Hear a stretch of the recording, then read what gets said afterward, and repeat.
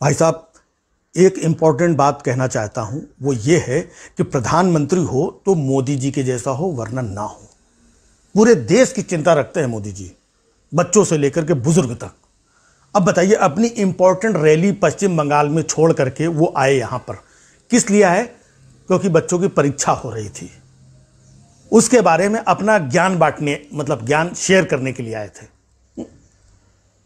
और उन्होंने एक इंपॉर्टेंट बात बताई कि जो कठिन प्रश्न होते हैं उनको पहले हल करना चाहिए।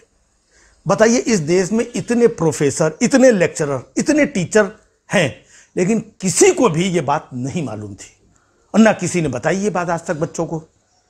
मतलब मोदी जी ना हो तो इस देश में कुछ हो ही नहीं सकता है। ये इतने प्रोफेसर, लेक्चरर, टीचर, पेरेंट्स सब बेकार हैं। मतलब हर काम मोदी जी आकर के करें। बताइए, आज तक कौन सा ऐसा प्रधानमंत्री हुआ है जिसने बच्चों के बारे में इतना ध्यान दिया हो कि कठिन प्रश्न पहले हल करो, आसान वाले बाद में, और परीक्षा में चर्चा और रैली वैली छोड़ करके? कौन करता है इतना देश के लिए? फिर भी कुछ नालायक लोग, मोदी विरोधी, कुछ भी कहते हैं उनके बारे में। मोदी जी को देश की चिंता है, हर काम में उनको इन्वॉल्व होना पड़ता है। अब बताइए, जब चंद्रयान ऊपर जा रहा था तो रात भर उनको बैठना पड़ा कि नहीं बैठना पड़ा?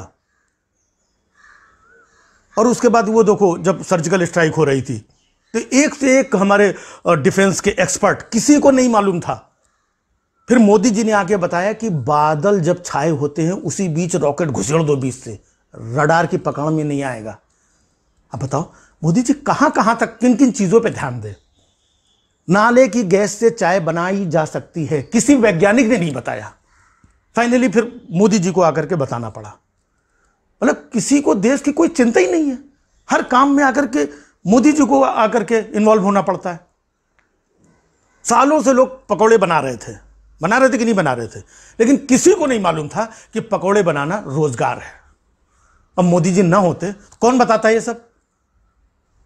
हद हो गई नालायकों। मतलब अगर तुम सारे लोग अपनी अपनी जिम्मेदारी निभाओ तो मोदी जी फ्री हो जाए इन सारे कामों से और देश चलाने पे वो ध्यान दें। इतने महान प्रधानमंत्री को इन सारी चीजों में उलझा रखा है। खैर, फाइनली मोदी जी ने जो इंपॉर्टेंट बात बताई कि कठिन प्रश्न को पहले हल करना चाहिए।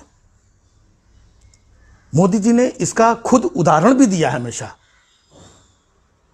एक बार इतना कठिन प्रश्न मोदी जी से पूछा गया कि आम चूस के खाते हैं कि काट के खाते हैं। इतने कठिन प्रश्न का जवाब मोदी जी ने दिया, कोई दूसरा नेता इस देश में थे कठिन प्रश्न का जवाब दे नहीं सकता था। मोदी जी ने पहले दिया कठिन प्रश्न का जवाब।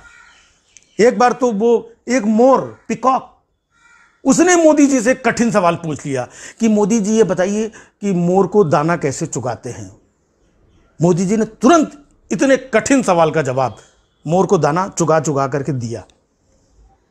है किसी की हिम्मत इतने कठिन सवालों का जवाब देने की? मोदी जी हमेशा कठिन सवालों का जवाब पहले देते हैं। अब इतने साल हो गए, आपने देखा कि कभी मोदी जी ने कोई प्रेस कॉन्फ्रेंस की हो? नहीं की ना। क्यों नहीं की? क्योंकि मोदी जी को मालूम है ये जितना भी मीडिया है सब गोदी मीडिया है, सब आसान आसान सवाल पूछेगा है। तो मोदी जी अपना टाइम वेस्ट क्यों करें? लेकिन कुछ नालायक लोग हैं मोदी विरोधी जो है, मोदी जी से पूछते हैं कि मोदी जी ये वैक्सीन का स्टॉक खत्म हो गया, बताइए। मोदी जी ये स्मार्ट सिटीज कब बनेंगे, बताइए। मोदी जी विदेशों से काला धन वापस कब आएगा, बताइए। मोदी जी आप तो कह रहे थे कि नोटबंदी से नक्सलवाद खत्म हो जाएगा, क्यों नहीं खत्म हुआ, बताइए। तो इतने आसान आसान सवाल का जवाब मोदी जी पहले दे दें क्या? बेवकूफों। मोदी जी कठिन प्रश्नों का जवाब पहले देते हैं। अब देखो, बंगाल में चुनाव चल रहा है, इलेक्शन, लाखों लोगों की रैली बिना मास्क के, सब चल रहा है कि नहीं चल रहा है? ये कठिन प्रश्न है, इसका जवाब मोदी जी पहले दे रहे हैं। रोज जाते हैं वहां पर, अमित शाह जी को भेजते हैं, नड्डा जी को भेजते हैं, योगी जी को भेजते हैं कि जाओ लाखों लोगों की बिना मास्क वाली रैली करो, बंगाल चुनाव है। ये कठिन प्रश्न है, उसका फिलहाल वो पहले जवाब दे रहे हैं। बाकी रही बात कोरोना, मास्क, सोशल डिस्टेंसिंग, ये सब तो आसान से सवाल है, इनका जवाब तो चुनाव के बाद भी दे सकते हैं। पहले कठिन सवालों का जवाब देना चाहिए। लोग तो एग्जाम में जो क्वेश्चन आते हैं उन्हीं का जवाब देते हैं, लेकिन मोदी जी को देखिए, जो क्वेश्चन कोई पूछता नहीं है उसके भी जवाब देते हैं मोदी जी। आपने देखा कोई नेता आज तक ऐसा? यह है उनका विल पावर। किसने मोदी जी से पूछा था कि मोदी जी आप बताइए कि पहले चाय बेचते थे कि पकोड़े बेचते थे? किसी ने पूछा था? नहीं पूछा। फिर भी इस कठिन सवाल का जवाब मोदी जी ने खुद दिया। किसी ने पूछा था मोदी जी से कितने साल तक आप भीख मांग के खाते रहे? किसी ने पूछा था? नहीं पूछा।